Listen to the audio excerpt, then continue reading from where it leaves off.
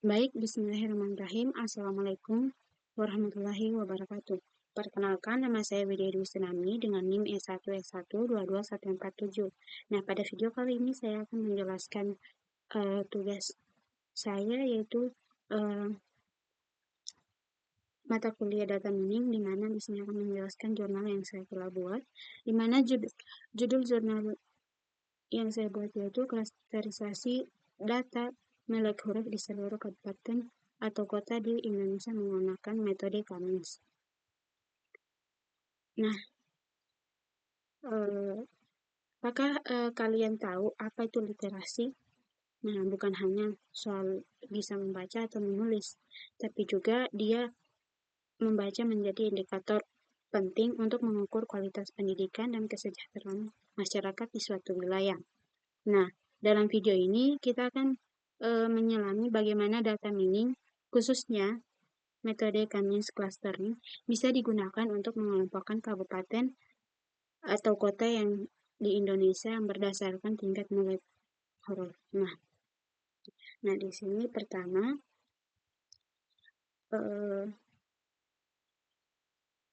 menurut Badan Pusat Statistika, tingkat melek huruf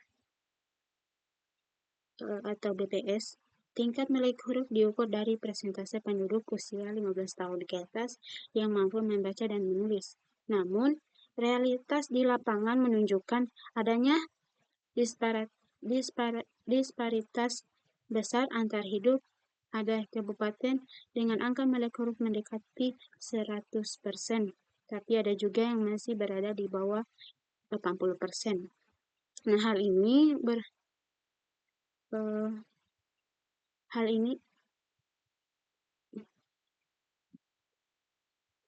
juga tentu berdampak besar pada pembangunan sumber daya manusia.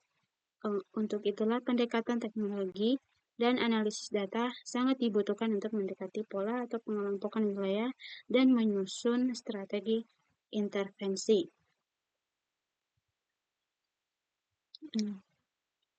Selanjutnya, tujuan dari penelitian ini memiliki 3 tujuan utama. Yang pertama itu menerapkan algoritma Cummins untuk klasterisasi data angka melek huruf di seluruh kabupaten per kota di Indonesia. Kedua, mengidentifikasi kelompok wilayah dengan klasterisasi literasi yang serupa. Yang ketiga, memberikan rekomendasi kebijakan berdasarkan hasil klasterisasi tersebut. Nah, bagian yang berikutnya, metode penelitian. Metode yang digunakan dalam Cummins clustering merupakan salah satu algoritma unsupervised learning yang sangat populer dalam dunia data mining. Penelitian ini memiliki beberapa tahapan. Yang pertama, pengumpulan data dari BPS, khususnya data tingkat melek huruf tahun 2021-2023 dari 514 kabupaten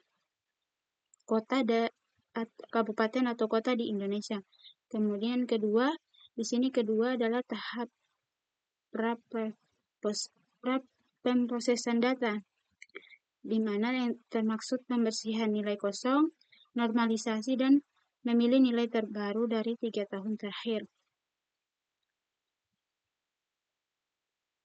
Kemudian ketiga, penentuan jumlah klaster optimal yang menggunakan metode elbow yang bertujuan untuk menentukan atau menemukan titik di mana menambah jumlah klaster tidak lagi memberikan manfaat yang signifikan. Yang keempat yaitu penerapan algoritma Cummins dengan inisialisasi sentroid secara acak dan proses iteratif sampai tercapai konvergensi. Yang terakhir yaitu evaluasi hasil klasterisasi. Ya, di sini menggunakan metrik seperti Coefficient Houghton Davis-Bouldin Index atau DBI untuk menilai seberapa baik data dikelompokkan dan memastikan bahwa klaster memiliki homogenitas internal dan heterogenitas antar kelas. Nah, yang berikutnya hasil. Nah, di sini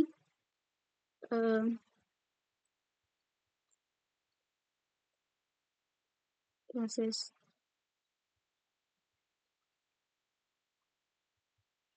hasil dan pembahasan, dan di sini menunjukkan bahwa jumlah klaster optimal adalah 3 berdasarkan dari Boys-Elbow yang menunjukkan 0,01, yang terendah yaitu 0,1.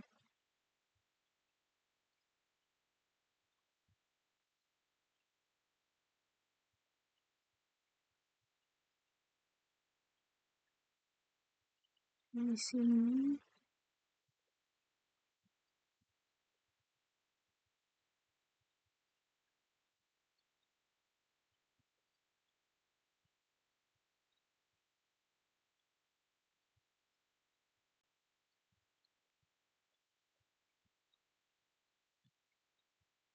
di sini klaster yang terbentuk adalah klaster 0. Dia itu merupakan wilayah yang dengan tingkat melek huruf tinggi. Contoh ini, contoh Simuelu, Aceh, Singkil, dan Aceh Timur.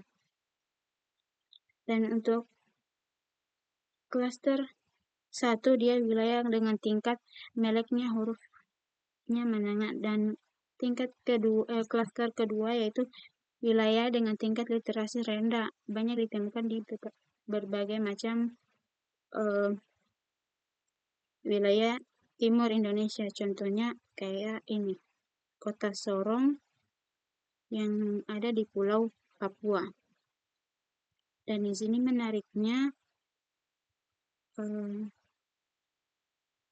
di sini ada menariknya dari hasil sentra tiap kelas.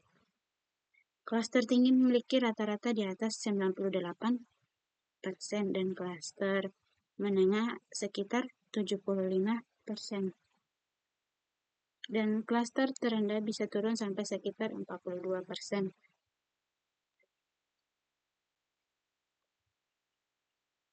Nah, ini menunjukkan ketimpang tinggian yang sangat serius. Hasil dari klasterisasi ini kemudian digunakan untuk membuat kategori deskriptif yang bisa membantu pemerintah dalam membuat kebijakan pendidikan berbasis data. Nah, di sini untuk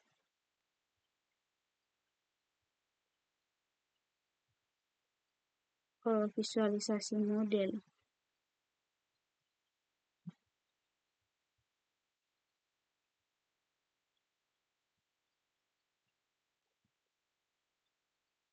Nah, di sini ada visualisasi model.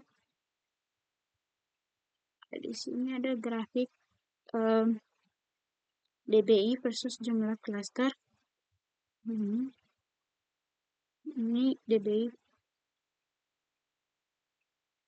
Ini dia merupakan grafik DBI versus jumlah klaster dan hasil silatnya secara skor evaluasi model. Dan evaluasi menggunakan DBI, indeks menunjukkan bahwa klaster 3 memberikan hasil terbaik.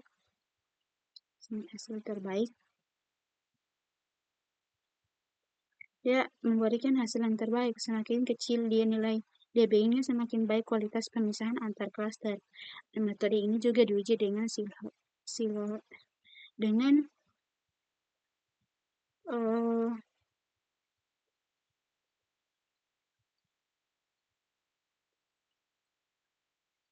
dia diuji dengan Silhouette score yang menunjukkan tingkat konsistensi antara data dalam klaster.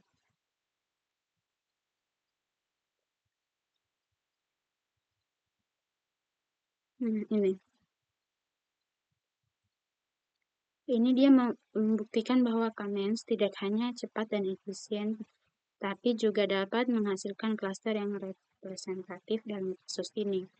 Nah, untuk kesimpulannya,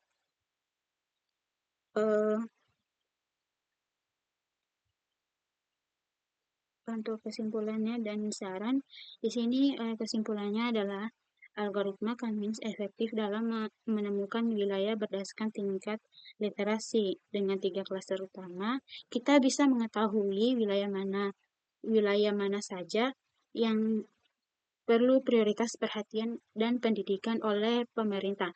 Nah, eh, penelitian ini juga memiliki keterbatasan. Dia belum mempertimbangkan faktor lain seperti ekonomi, budaya, dan infrastruktur. Nah, kedepannya akan lebih baik jika saya akan menambahkan variabel pendukung dan menggunakan pendekatan longitudinal secara tren. Nah, melalui pendekatan berbasis data seperti ini, kita bisa memberikan solusi nyata bagi masalah pendidikan di Indonesia. Nah, literasi bukan hanya tanggung jawab pemerintah, tapi juga kita semua. Nah, mungkin itu saja dari saya. Kurang dan lebihnya mohon dimaafkan. Saya akhiri dengan ucapan wabillahi taufiq wal hidayah. Wassalamualaikum warahmatullahi wabarakatuh.